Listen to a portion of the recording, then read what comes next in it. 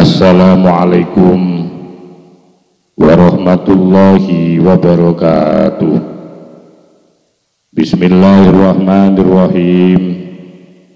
Alhamdulillahil qail nun wal qalami wa ma yasturun ma anta bi ni'mati rabbika bimajnun.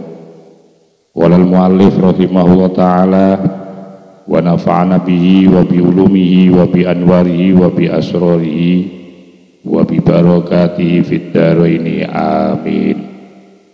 Alhamdulillah, mari kita lanjutkan kajian kitab Iqadul Imam. Saat ini kita sudah sampai pada kata mutiara yang ke-108. Mudah-mudahan kajian ini akan selalu teriring ma'unah hidayah Allah Subhanahu wa ta'ala.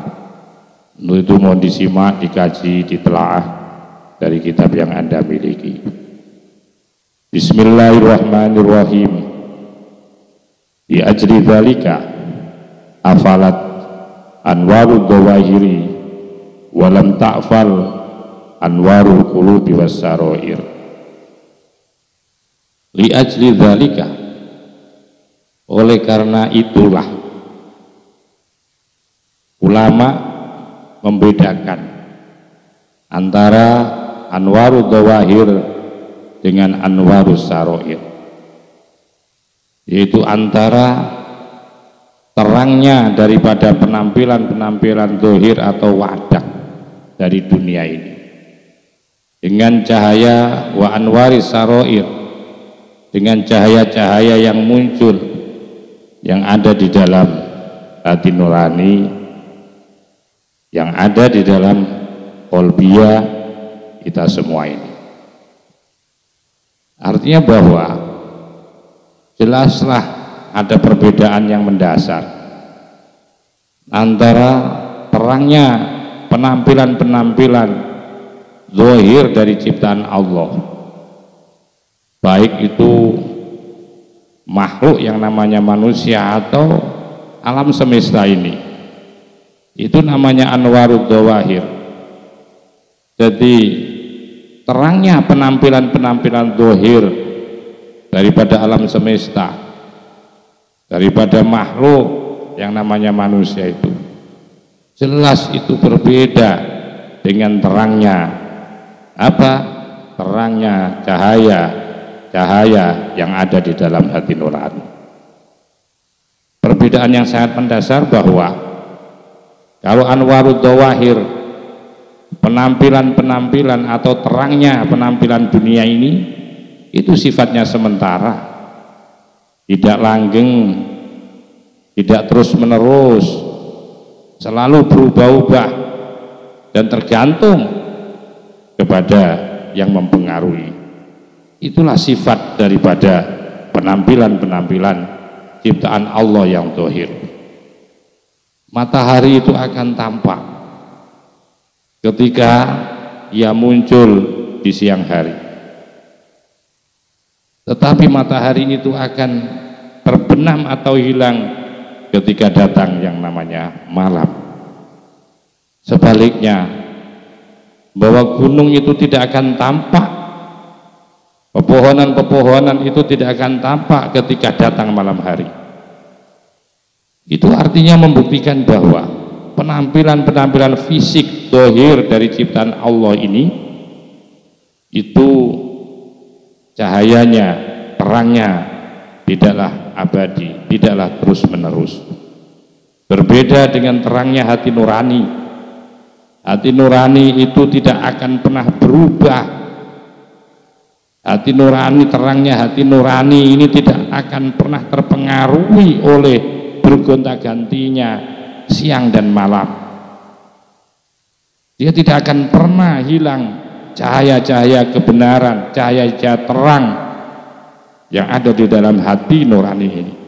Sekalipun bahwa yang namanya alam semesta ini bergonta-ganti cuacanya, berbeda dengan penampilan atau terangnya atau munculnya daripada ciptaan-ciptaan zahir ya daripada makhluknya Allah ini. Ini yang membedakan antara anwarud dhawahir dengan anwarul qulub atau anwarus sarair. Maksudnya li ajlin, maksudnya adalah maksudnya li ajlin, karena itulah anna anwarud dhawahiri, akan sesungguhnya terangnya daripada sesuatu atau makhluk yang bersifat dohir atau wadak, innama huwa, bahwasanya ya adapun anwarud dhawahir itu anwarul athari, merupakan apa, berasal dari cahaya-cahaya, dari dampak atau asar dari kudronya Allah Subhanahu wa ta'ala. Jadi dengan kata lain bahwa penampilan-penampilan wadak dari ciptaan Allah ya, yang berupa alam semesta ini, gunung, matahari, rembulan, pepohonan, rerumputan, buah-buahan, termasuk makhluk manusia ini semua terangnya, munculnya ya makhluk-makhluk yang sifatnya zahir itu semua merupakan berasal daripada cahaya-cahaya dampak dari kudronya Allah Subhanahu wa ta'ala. Jadi itu merupakan satu apa ya, dampak, adanya asar, adanya dampak. Tentu bicara dampak atau pengaruh, ibaratnya seperti emosi seseorang, itu merupakan dampak. Emosi itu adalah dampak dari kekecewaan yang muncul di luar dirinya, entah dia dibully orang, entah dia dikuyo-kuyo sama seseorang, entah dia dipermalukan oleh seseorang. Jadi emosi itu merupakan hasil, emosi adalah dampak, menjadi faktor dampak itu hasil daripada dampak yang muncul dari luar diri seseorang. Jadi emosi ya itu merupakan dampak. Dampak dari apa itu? Dari faktor yang ditimbulkan oleh karena dibully orang, menimbulkan emosi.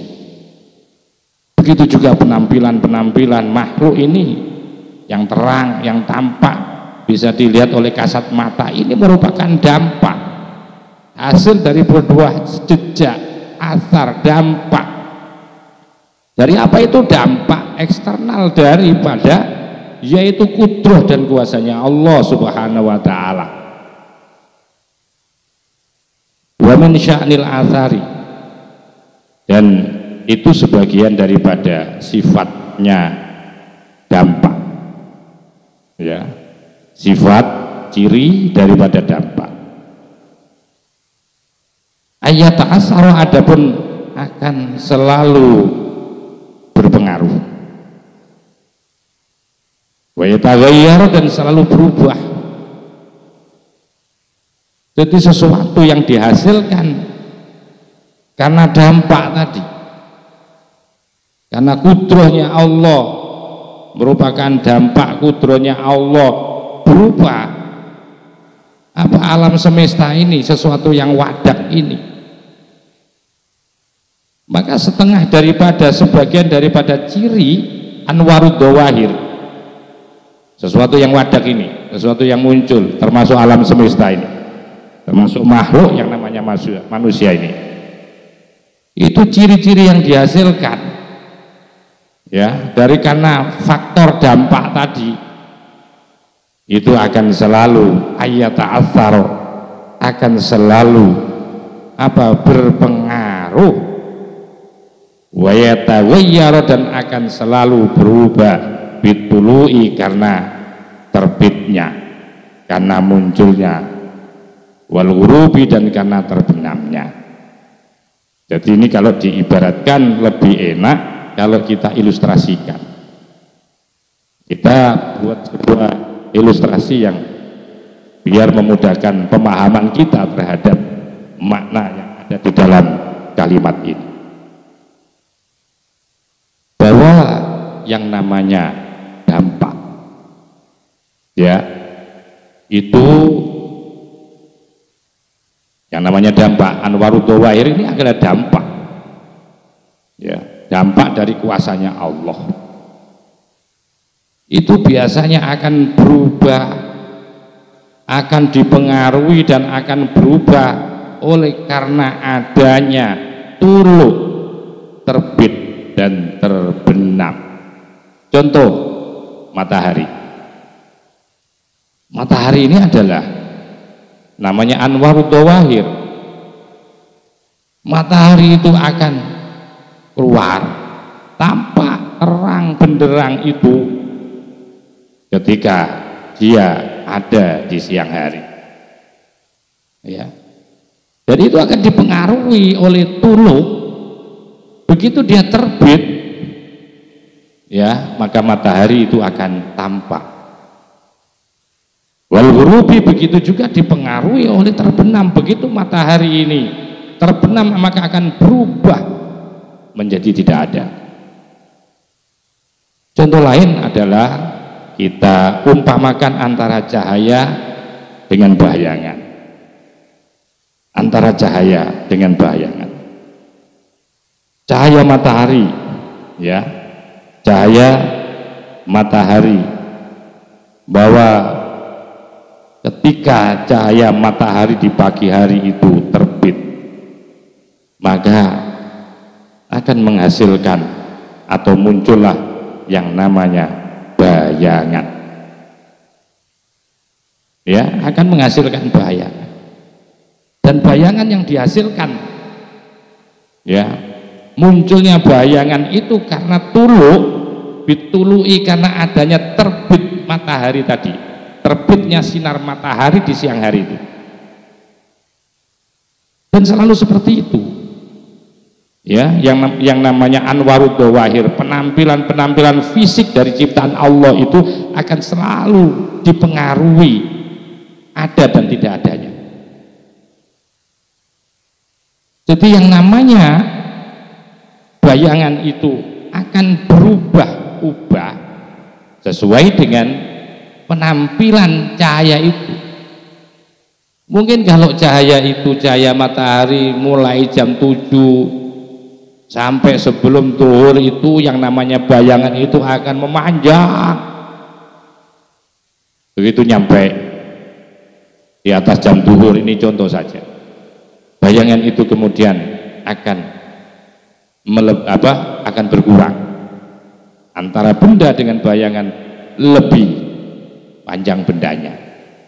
Atau ketika sore, bayangan itu sama antara bayangan dengan bendanya.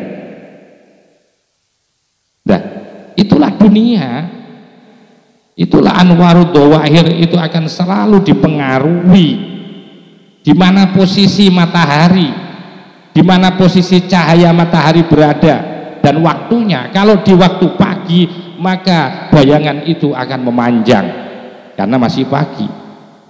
Begitu sore, maka bayangan itu akan sama. Begitu malam, wal ghurubi, maka akan menjadi hilang bayangan itu. Dan itulah sifat Anwarud Dhawahir, yang merupakan hasil dari dampak, ya, dari dampak kudronya Allah Subhanahu wa ta'ala. Fa'afalat, maka lenyaplah. Ai gharabat maksudnya terbenam, hilang. Ai gharabat maksudnya terbenam apa Anwarud Dhawahiri, yaitu terangnya dari penampilan fisikal ini akan hilang. Hilangnya itu imma bil ghurubi, ada kalanya bahwa hilangnya penampilan alam semesta ini memang karena terbenam bil ghurubi, dengan terbenamnya al maklumi yang sudah ditentukan. Artinya ini sebuah gambaran, ya, sebuah gambaran bahwa, atau menggambarkan akan kepastian bahwa segala sesuatu yang muncul dari dunia yang fisikal ini pasti akan mengalami penurunan atau akan berakhir. Alam semesta yang tercipta dengan wadah ini di hadapan kita ini, nanti pada akhirnya mereka akan hilang, dia akan hilang, akan tenggelam, ya, sesuai dengan waktu yang telah ditentukan oleh Allah. Itu akan tenggelam. Karena memang penampilan dunia ya seperti itulah. Karena itu adalah asar min anwaril asar. Ini termasuk atau lahir atau berasal dari terangnya asar dari kudronya Allah. Sementara sifat daripada sesuatu yang bersifat fisikal itu akan selalu dipengaruhi atau akan selalu berubah-ubah sesuai dengan terbit dan tenggelamnya sesuatu itu. Kalau diibaratkan matahari, antara bayangan matahari dengan antara sinar matahari dan bayangan itulah, ya, bayangan itulah yang namanya anwarud dhawahir, penampilan daripada fisikal makhluk. Bayangan itu akan pendek, bayangan itu akan panjang sesuai dengan munculnya sinar matahari pada jam berapa itu. Begitu juga bahwa bayangan itu akan hilang ketika matahari itu atau sinar matahari itu hilang. Itulah sifat penampilan daripada sesuatu yang bersifat fisikal atau zahiri. Maka itu imma bil ghurubil maklumi, bahwa yang namanya dunia ini anwarud dhawahir ini akan terbenam secara pasti. Itu pasti, itu sudah pasti nanti berakhir. Atau kalau tidak aubil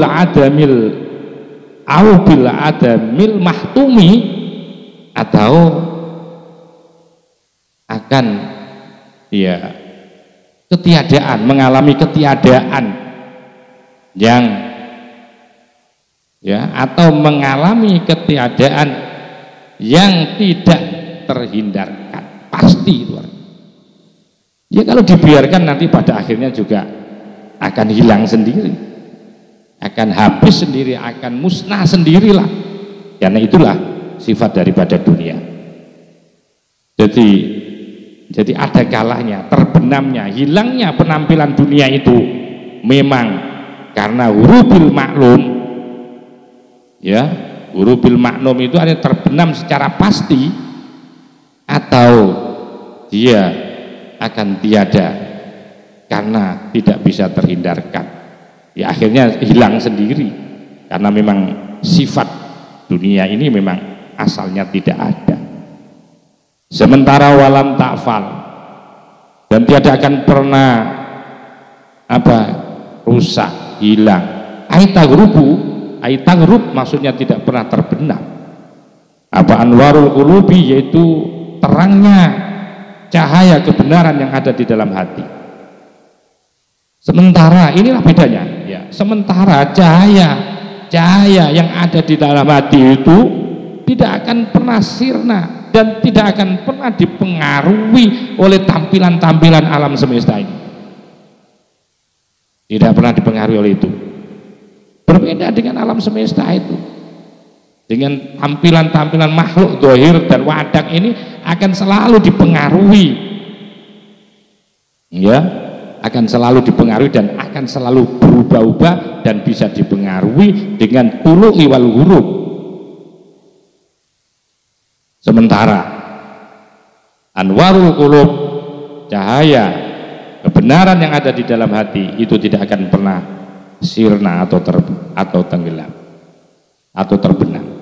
Waya adapun anwarul qulub, itu anwarul Islam, diibaratkan itulah cahaya daripada kepasrahan atau cahaya terang yang ada di dalam Islam. Jadi kalau diibaratkan, ya, kalau diibaratkan cahaya, bahwa yang namanya cahaya kebenaran itu tidak akan pernah hilang. Cahaya hati ini tidak akan pernah terbenam, sebagaimana cahaya Islam ini tidak akan pernah terbenam. Jadi yang dimaksudkan oleh musonef ini bahwa yang namanya cahaya hati itu tidak akan pernah terbenam, dan itulah yang disebut dengan cahaya Islam. Jadi cahaya Islam itu diibaratkan seperti cahaya kebenaran yang ada di dalam hati. Begitu seseorang menerima akan syariat Islam, berarti di situ ada cahaya di dalam hatinya. Sudah ada cahaya yang membangkitkan semangat seseorang untuk menerima apa? Syariat-syariat Allah. Ya, syariat-syariat Allah dijalankan, menjalankan kewajiban-kewajiban dari Allah berupa apa? Ibadah mahdoh seperti sholat, haji, ketika sudah mampu, itu semua dihasilkan dari anwarul qulub, dan anwarul qulub itu tidak akan pernah akan terbenam. Begitu seseorang sudah menggapai sampai kepada anwarul Islam dengan menjaga akan ibadah-ibadah syariah, dengan istiqomah melaksanakan perintah, menjauhi larangannya. Sekaligus di situ juga wal imani, disitulah juga termasuk cahaya iman. Jadi anwarul qulub, cahaya sinar cahaya yang ada dalam hati itu tidak akan pernah terbenam. Yang dimaksudkan cahaya di situ adalah cahaya Islam, dan iman tidak akan pernah terbenam kalau itu dipelihara loh. Cahaya iman itu artinya apa? Artinya bahwa ketika sudah sampai pada tingkatan cahaya-cahaya Islam, ya, di mana syariat-syariatnya dijalankan dengan baik, dijaga dengan baik, yang diwajibkan dijalankan dengan istiqomah dan baik, yang dilarang dijauhi dari syariat-syariat itu, maka kemudian naik satu level lagi. Apa itu? Yaitu cahaya keimanan.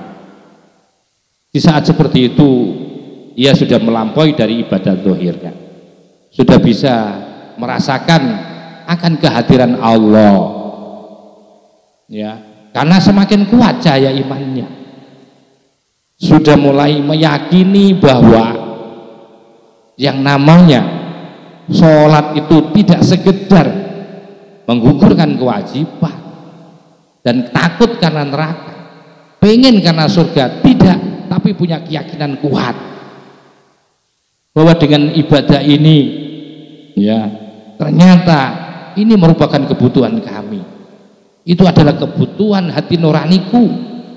Itu berarti kan sudah mulai kuat keyakinannya. Jadi sudah tidak lagi diperintah-perintah melalui syariat. Begitu datang kewajiban, dia yakin bahwa yang memanggil itu adalah Allah untuk mensegerakan melaksanakan kewajiban. Wa anwarus saroir, sementara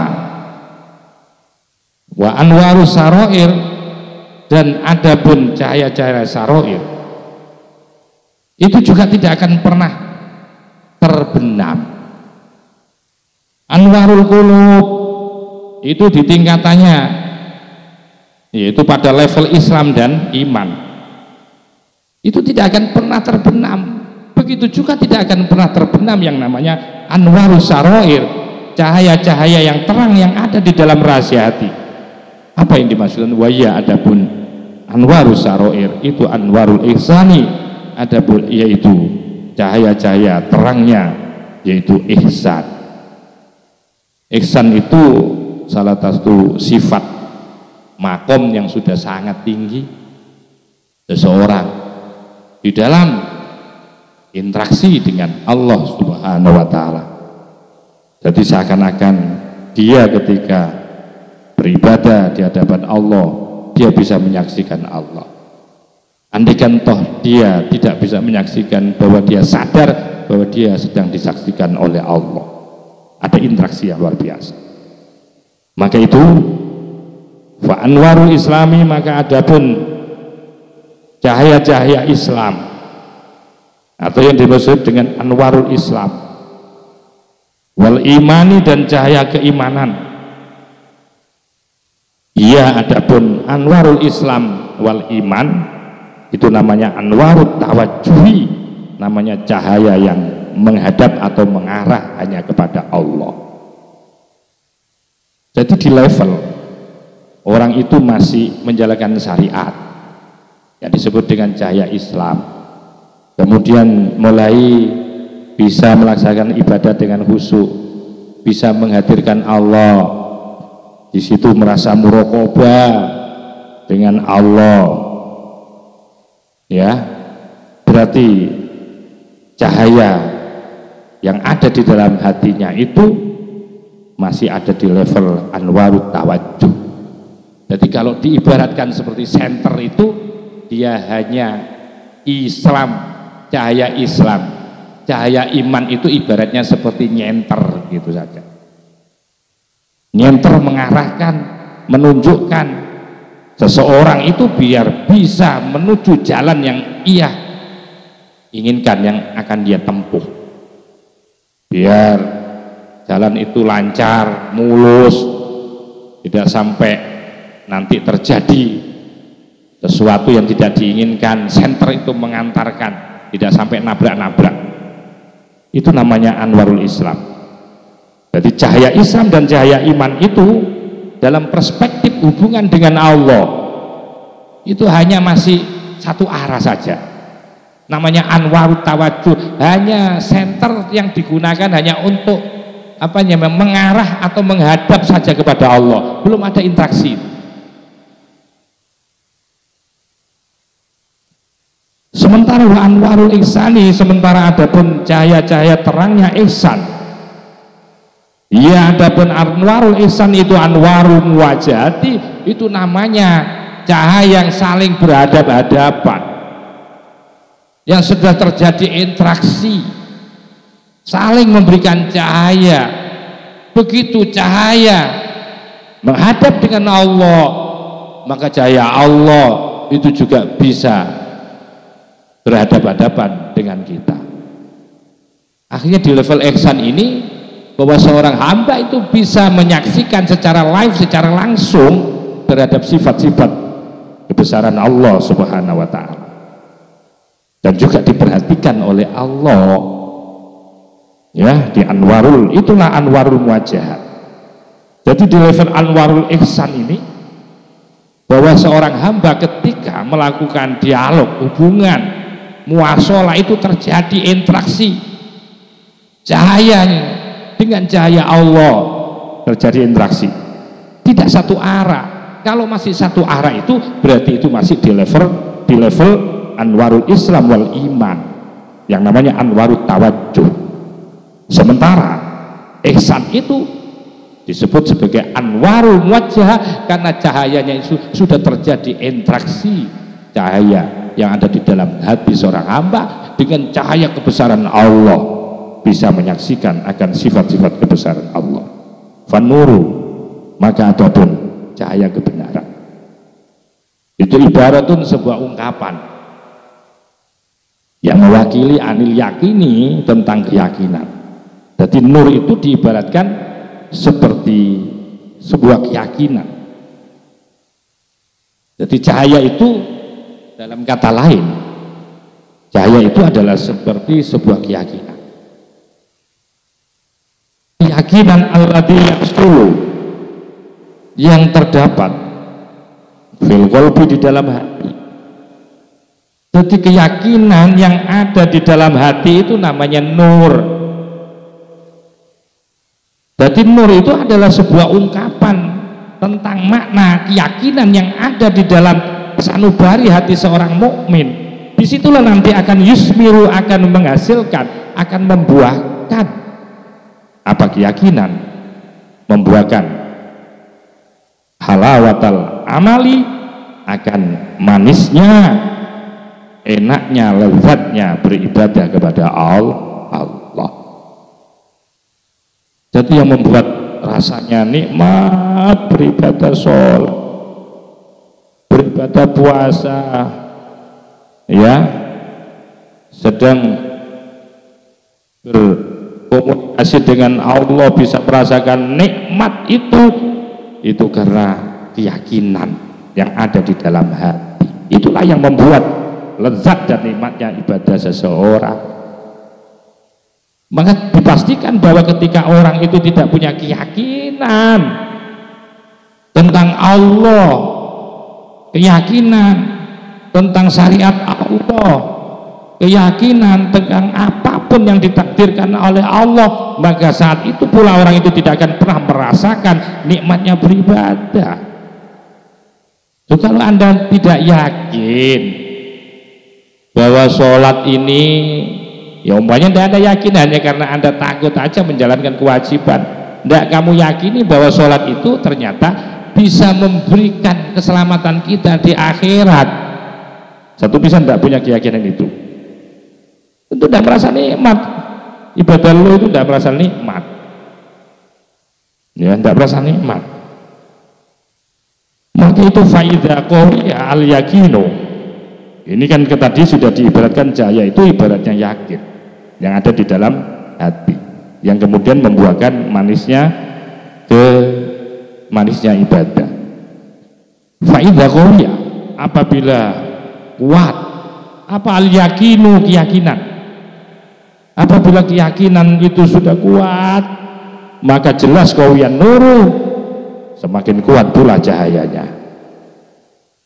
Begitu cahaya yang ada di dalam hati nurani seorang hamba ini kuat, yang mana yang namanya cahaya itu diibaratkan sebagai keyakinan, maka semakin kuat pula keyakinan itu.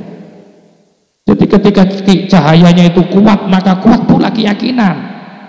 Wastadad, dan sangat kuat pula apa al-halawatu, merasakan manisnya rasanya beribadah. Jadi ini tergantung kepada nurnya, ya. Semakin kuat nur cahaya keimanan yang ada di dalam kolbu, di dalam kolbul mukmin, maka semakin kuat pula, ya, keyakinan yang ada di dalam hati seseorang itu, maka akan menambah dahsyatnya daripada rasa lezatnya beribadah. Jadi semakin yakinnya semakin kuat, semakin tinggi levelnya, semakin tinggi level keyakinan itu, maka akan semakin dahsyat rasanya, nikmatnya beribadah. Bahkan hatta yattasila, sehingga akan merasakan bersama, hatta yattasila, sehingga langsung nyambung, ya, hatta yattasila, sehingga menjadi nyambung apa nurul yang kuat tadi, cahaya yang kuat tadi, hatta yattasila, sehingga nyambung, ya, bihalawati syuhudi, yaitu bisa merasakan nikmatnya menyaksikan Allah Subhanahu wa ta'ala. Saya ulangi lagi bahwa faida qawiya, apabila kuat apa al yakinu, yakinnya, qawiya, maka kuat pula apa nuru, cahayanya, wastadad, dan menjadi kuatlah apa al halawatu, yaitu rasanya, nikmatnya beribadah, hatta yattasila, sehingga akan bisa langsung, bisa bertemu, bisa nyambung, ya, karena kuatnya rasa tadi, kuatnya yakin tadi itu, bihalawati syuhudi, dengan bisa menikmati, yaitu manisnya menyaksikan secara langsung bertemu dengan Allah Subhanahu wa ta'ala. Maka fayuhtiya, sehingga akan bisa menutupilah, yaitu manisnya menyaksikan akan sifat-sifat kebesaran Allah, halawatal amali, akan nikmatnya, manisnya beribadah ya secara fisik.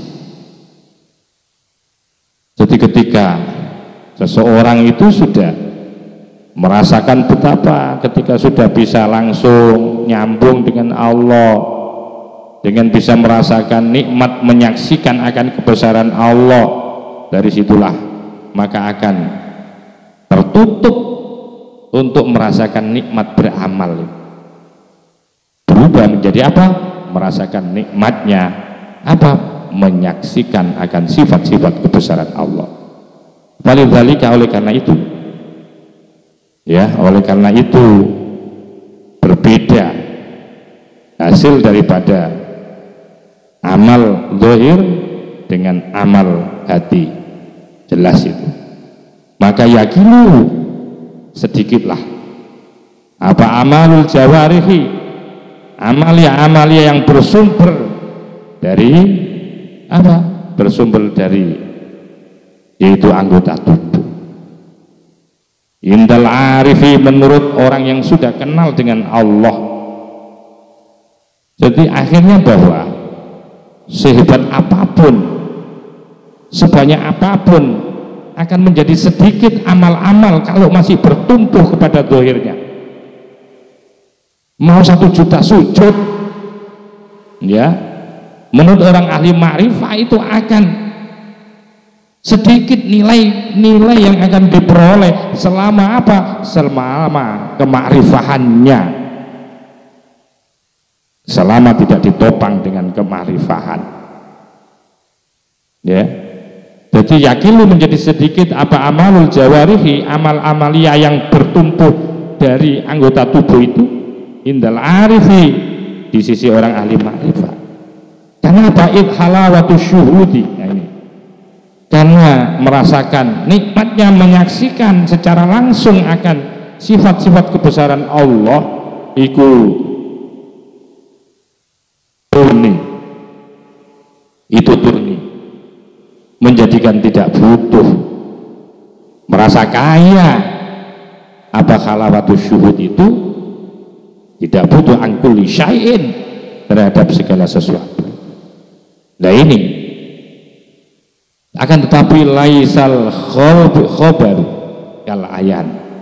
Tapi perlu dicatat bahwa laisal khobaru, tiada informasi itu kal ayani, seperti persis dengan kenyataannya. Artinya dari besarnya, maha dahsyatnya hal-hal yang bisa dirasakan pada tingkatan orang yang ibadah dengan menggunakan apa itu? Dengan menggunakan kemakrifahan hatinya, dengan menggunakan syuhudul qalbiyahnya, menyaksikan hatinya terhadap kebesaran Allah. Sekalipun itu sedikit, itu jauh lebih dahsyat nilai kualitasnya dibandingkan ibadah-ibadah yang masih bertumpu kepada jasad. Sampai-sampai ungkapan itu tidak bisa disampaikan di dalam kitab ini. Kenapa? Laisal khobaru kal ayani, bahwa tidak ada informasi itu seperti nyatanya. Artinya apa yang disampaikan ini kurang besar dari apa yang dialami orang-orang yang sudah ada di dalam makom anwarul muwajjah ini ya, di dalam makom anwarul ihsan atau anwarul muwajjah ini. Maha dahsyat di sana, menemukan kebahagiaan yang luar biasa karena dia sudah tidak butuh lagi dan tidak tergantung terhadap segala sesuatunya, karena dia sudah halawatu syuhud, karena sudah menyaksikan manisnya, menyaksikan akan kebesaran Allah. Jadi umpamanya ibadahnya cuma 3 menit ya, tapi dilakukan dengan syuhud ya, dengan yaitu syuhudur rubbaniyah, bisa menyaksikan sifat-sifat keagungan Allah, itu jauh lebih hebat, dahsyat dibandingkan berjuta-juta ibadah yang bertumbuh kepada zahir. Dan bahkan dari nikmatnya itu tidak bisa dituliskan oleh apa? Oleh pena tulisan dalam kitab. Laisal khobaru kal ayat, tidak adalah, tiada informasi itu sama dengan kenyataannya bagi orang yang merasakan pengalaman spiritual di dalam makom anwarul muwajjahat. Wa fi ba'dil ahadisi, dan di dalam sebagian hadis-hadis, suila, pernah ditanya siapa Rasulullah SAW, kanjeng Rasul SAW, ayyul a'mal afdol, amalan-amalan apa itu afdolu yang lebih afdol. Qala, maka jawab Nabi, al ilmu billahi, yaitu mengilmuni, mengetahui, berilmu billahi, yaitu karena Allah, berilmu tentang Allah. Bagaimana caranya bisa muraqabah kepada Allah, bagaimana caranya bisa takarub kepada Allah, bagaimana bisa syuhudu rabbaniyah, bisa menyaksikan sifat-sifat keagungan Allah. Ilmu itu yang lebih abdul, katanya Nabi. Ilmu tentang Allah, bagaimana cara mendekatkan hati kita kepada Allah. Qalu, mereka matur sahabat, ya Rasulullah, wahai Rasulullah, sa'alnaka, kami ingin tanya kepadamu ya Rasul, anil amali, tentang amal, yang juga apa yang paling afdol di antara amal-amal yang ada. Qala, maka jawab Nabi, al ilmu billah, ilmu tentang Allah. Bagaimana ini maksudnya ilmu tentang Allah? Itu adalah bagaimana Anda bisa di dalam ibadah itu tidak hanya bertumpu kepada jasadmu, ibadahmu, tapi sudah berpindah kepada rohaniyah, qalbiyamu. Kamu rasakan khusyuan, kamu bisa menghadirkan Allah, bisa muraqabah dengan Allah, bisa menyaksikan Allah. Itu mah dahsyat itu. Ilmu, al ilmu billah, ilmu bagaimana, yaitu ilmu bisa mendekat kepada Allah. Summa qala, kemudian bertanya lagi sahabat fisali sati, yang ketiga kalinya.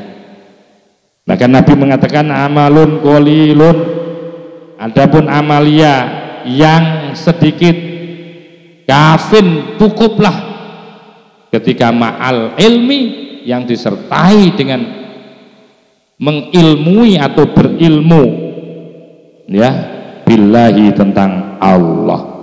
Amal sedikit cukup kalau itu disertai dengan bisa selalu menghadirkan Allah Subhanahu wa ta'ala. Itu jauh lebih dahsyat.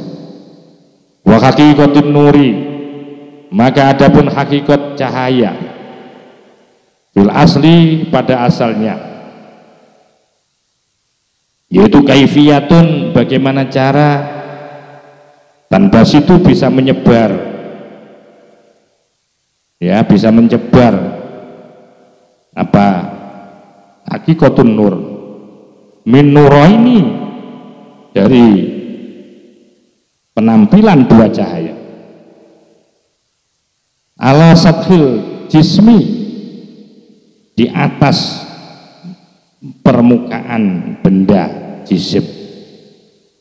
Bayang kasifu, maka sehingga menjadi terbukalah apa ma, sesuatu alai atas ma, biwasitatil basori, melalui perantara mata penglihatan.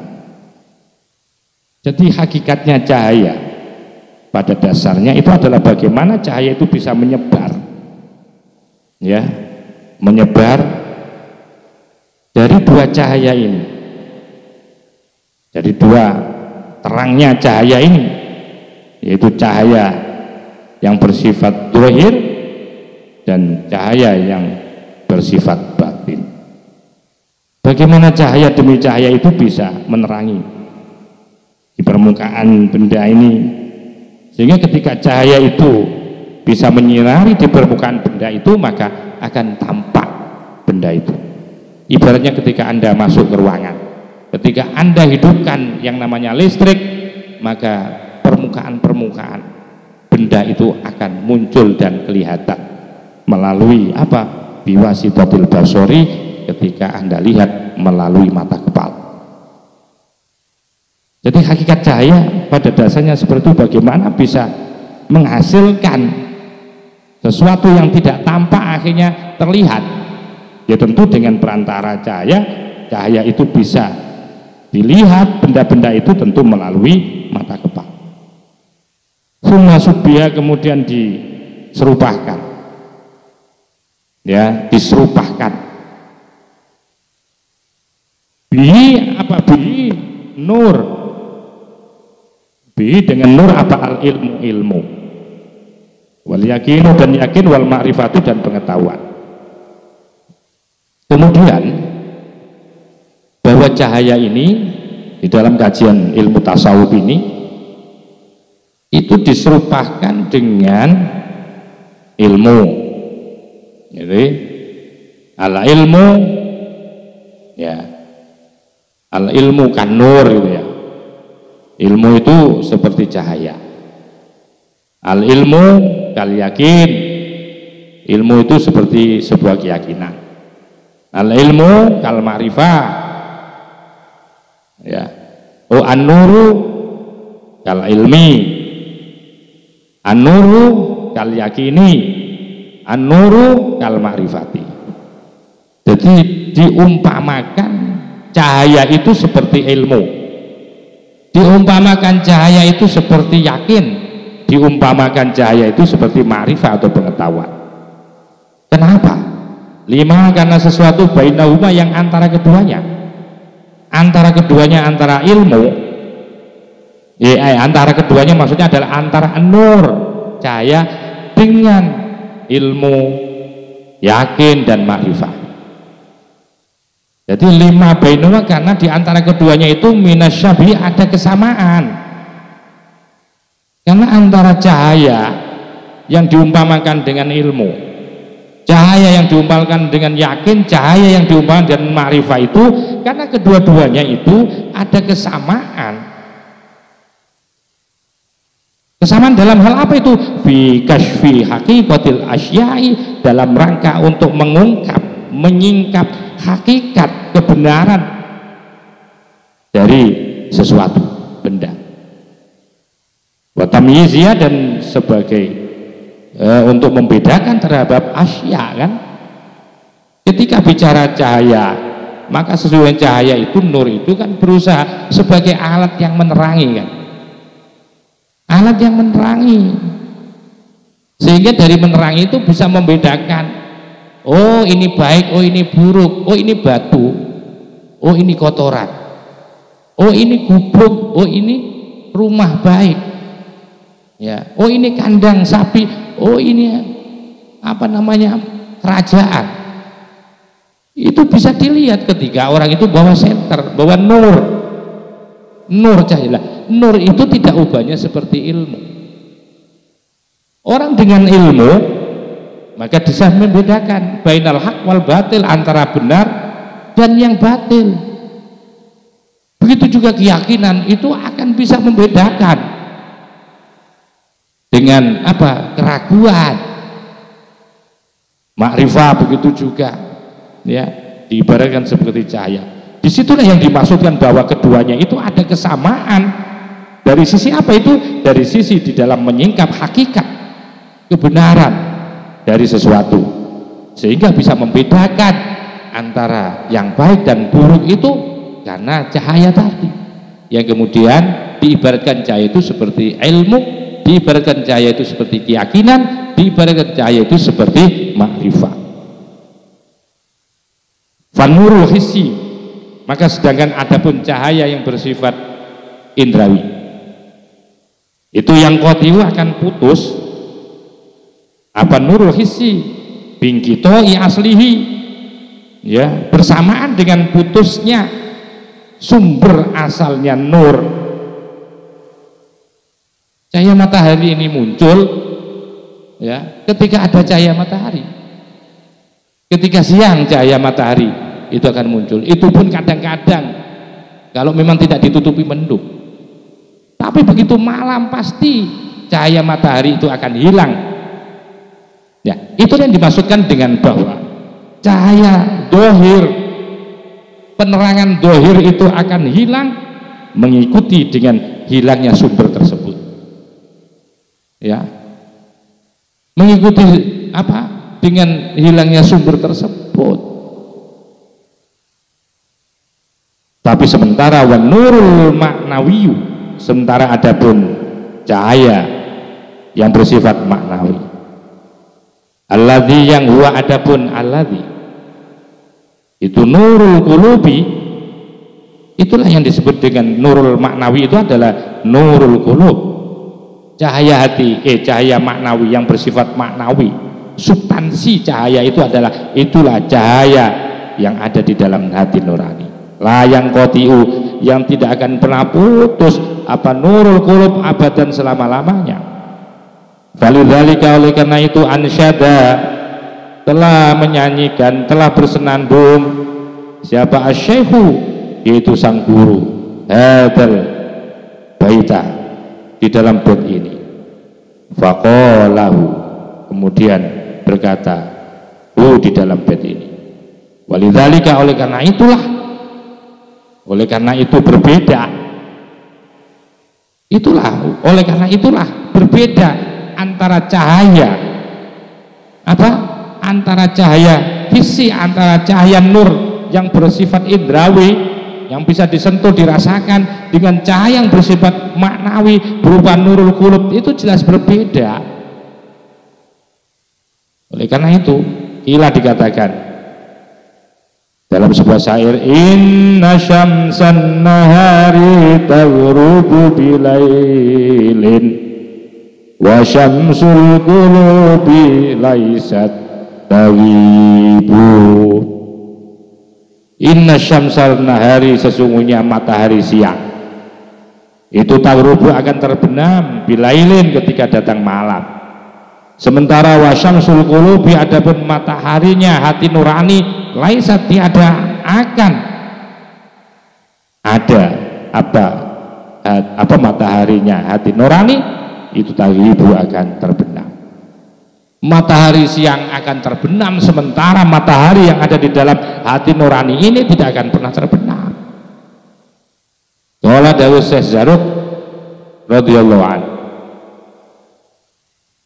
Basyamsul qulubi, maka adapun matahari hati, mataharinya hati, itulah taghibu, tidak pernah akan sirna atau terbenam apa syamsul qulub abadan selama-lamanya.